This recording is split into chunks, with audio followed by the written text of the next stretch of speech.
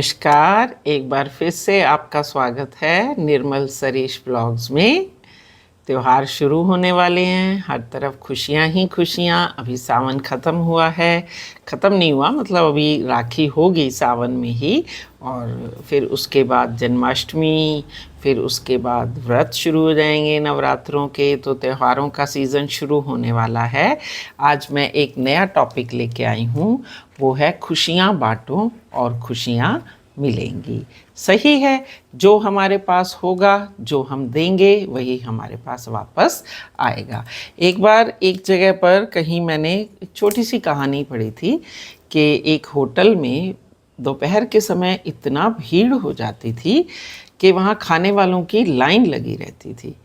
और उसी लाइन में कोई एक गरीब कह लो, या उस होटल के बाहर कोई बैठता होगा, वो आराम से आता था, खाना खाता था और चला जाता था।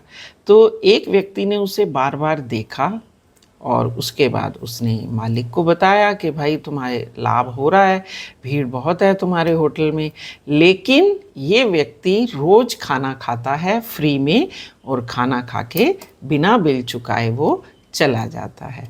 होटल वाला बहुत खुश हुआ, आसपास दो बैरे थे वो भी बहुत खुश हुए। अब उस व्यक्ति को समझ नहीं आया कि ये खुश किस लिए हो रहे हैं।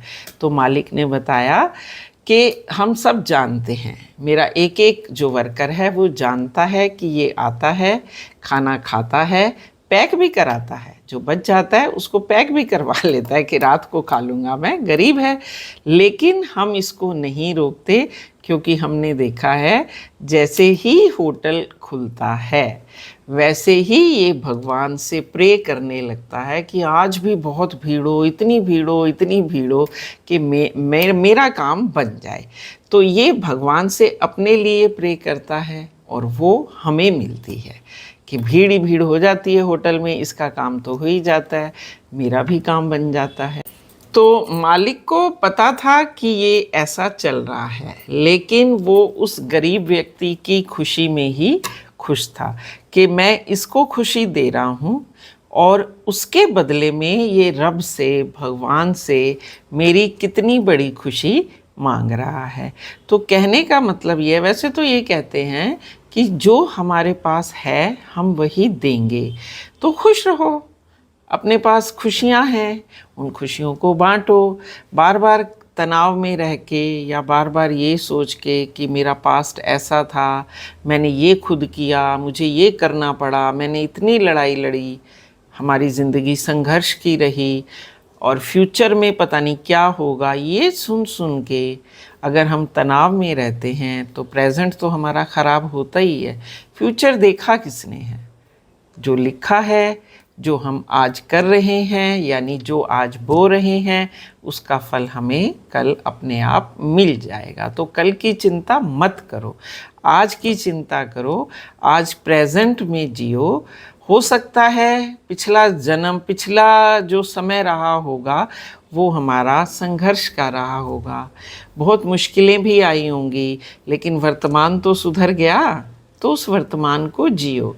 बहुत सारे लोगों को मैंने देखा है, हमारी जॉब ऐसी रही है टीचिंग की, इतने सारे लोग मिले हैं, स्कूल बदलते रहे, स्टाफ बदलते रहे, तो कई बार मैंने लोगों को देखा है उनके पास बड़े उत्साह से जाओ, बड़े खुश होके जाओ, वहाँ जाते ही उनको कोई बात करो तो ऐसे लगता है जैसे वो गुब्बारे में एक पिन चुभो देते हैं ना, सारी हवा निकल जाती है। कई बार होता है, लेकिन हमें उन लोगों का असर अपने ऊपर नहीं होने देना है ना। उनका तो काम है, तो उनको रहने दो। अपने उत्साह को बनाए रखो, अपने आत्मविश्वास को बनाए रखो और थोड़ा सा आत्म संयम को भी बनाओ। यानी अगर ऐसी वैसी कोई घटना हो जाए, थोड़ा कंट्रोल कर सकें हम, क्योंकि हम ऐसे समाज में रहते हैं जहाँ हर तरह के लोग हमसे मिलते हैं। हमें नहीं पता किस समय कौन व्यक्ति आ जाएगा और कोई क्या कह जाएगा। किसी के ऊपर हम विश्वास थोड़ी कर सकते हैं और हमें इतना थोड़ी पता है कि ये होने वाला है।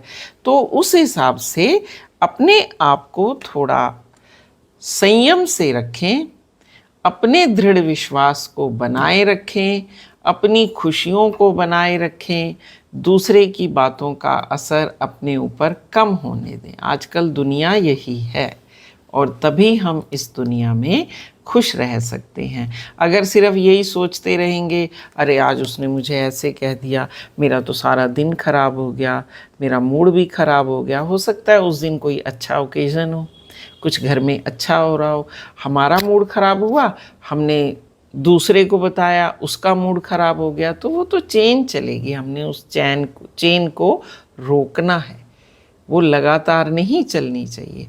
तो इसके लिए सबसे अच्छा तरीका है आप अपनी खुशियों को बांटो। और आप सब जानते हो, खुशियाँ बांटने से बढ़ती हैं, गम बांटने से कम होता है। भगवान ने कितनी अच्छी अच्छी चीज़ें जो हैं वो कर रखी हैं अपने हाथ में कंट्रोल, कि अगर हम दुखी हैं और हम दो चार से अपना दुख कहते हैं तो हमारा मन हल्का हो जाता है ना, जिसको हम कह देते हैं कि दुख कम हो गया, क्योंकि वो बंट गया। और अगर हम खुशियाँ बांटते हैं तो वो बढ़ जाती हैं। बढ़ कैसे जाती हैं?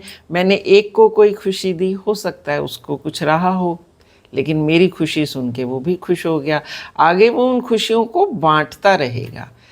तो समाज में हम ऐसी चीज़ों को कम फैलाएं और इतना कंट्रोल करें और इतना जानें कि हम जिस चीज़ को दूसरे को बता रहे हैं उससे वही आहत नहीं होगा, उसके आसपास का ग्रुप भी आहत हो जाएगा। तो ऐसी चीज़ों को संयम बरतें, बताने में ना बताओ, एक दिन सुन लो और दूसरी तरफ से निकाल दो।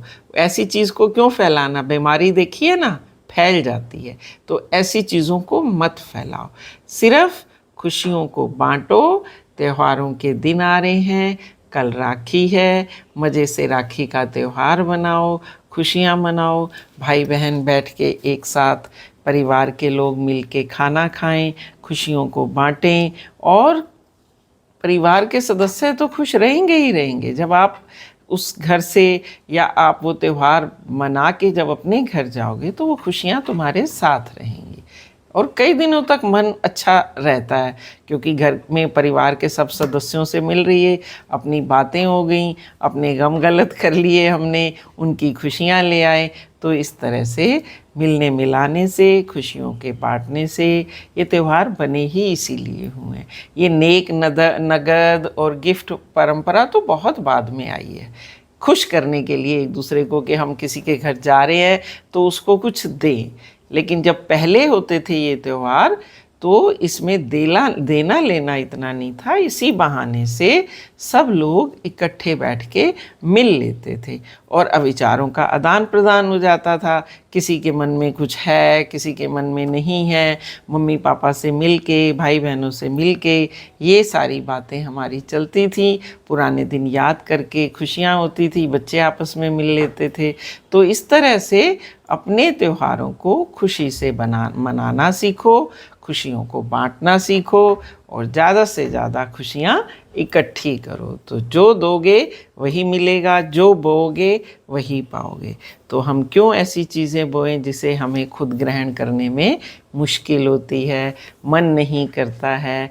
तो आज के मेरे विचार यही कहते हैं, त्योहारों का मौसम आ रहा है, खुद भी खुश रहो और बाकियों को भी खुश रखो। इसी तरह से भविष्य की उज्जवल कामनाओं के साथ आज के ये विचारों को मैं यहीं विराम देती हूँ। आशा करती हूँ एक मुस्कान आपके चेहरे पे ज़रूर आई होगी और इसी आशा के साथ आज का ये ब्लॉग यहीं समाप्त करते हैं। Keep smiling, have a nice day, good bye. और फिर मिलेंगे एक नए व्लॉग में, एक नई ऊर्जा के साथ, एक नए टॉपिक के साथ। Bye bye.